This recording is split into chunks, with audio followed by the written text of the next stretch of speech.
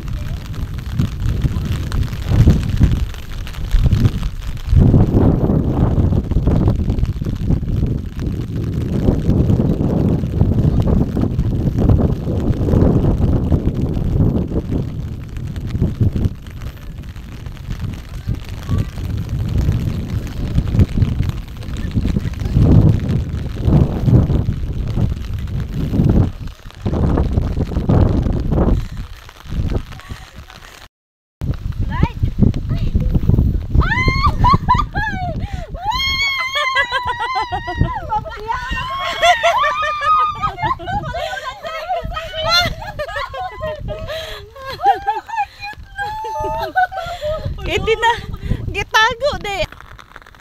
Kay murag. Okay.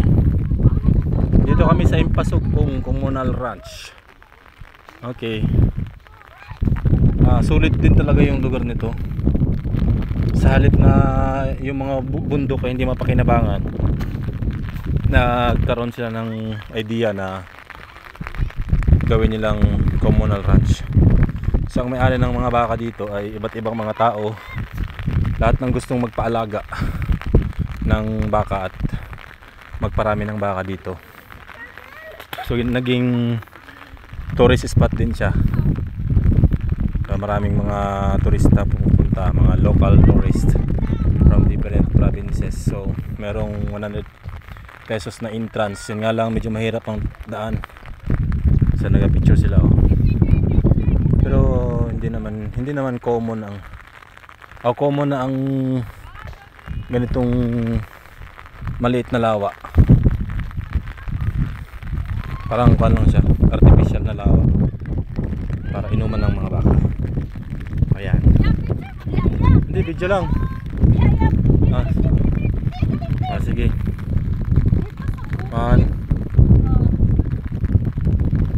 1, 2, 3, go. 1, 2, 3, go. Good. Saan? Ito maganda Saan?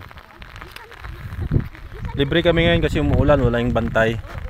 Pero parang may pumisto doon magbabantay para makasingil. Hindi kami pwedeng magtagal kasi kuwan. Umuulan.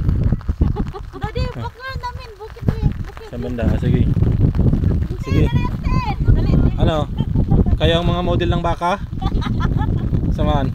Taga-ihaw ng baka. Okay, 1, 2, 3, go. Good. Sige, isa pa.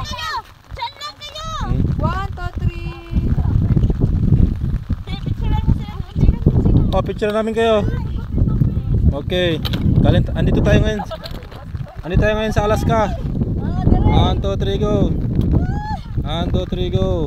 Okay. Ilapit ko siguro para awan, isang arad niya. Ang galing ng bantay niya. 1, 2, 3, go. Yun.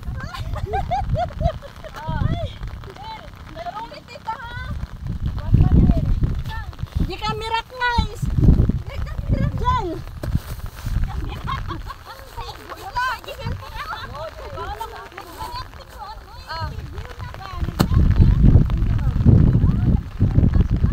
Buti na lang pumunta kayo. Nagano ti baka daw niya. Picture ko dali nga background dito. Wala. Kana baka.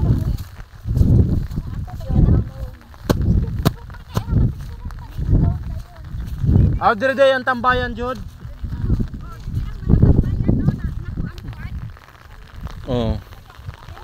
Dire ang tambayan nila itong Bermuda grass.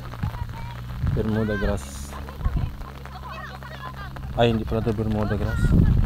Carabao grass. Okay. Galing naman.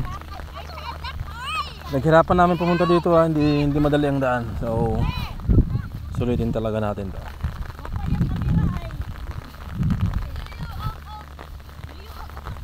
Ito.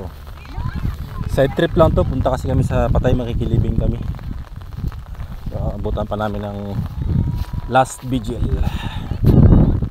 Then dumaan na lang din dito para may kaunting thrill din ang biyahe. Hindi sayang ang gasolina. Okay. Good. Kaganda ng daan. Oh yeah. Ganda ng bundok. Pero sila talaga ang bida dito. Ito. Itong mga baka. Sila ang mga bida dito. Totoo lang.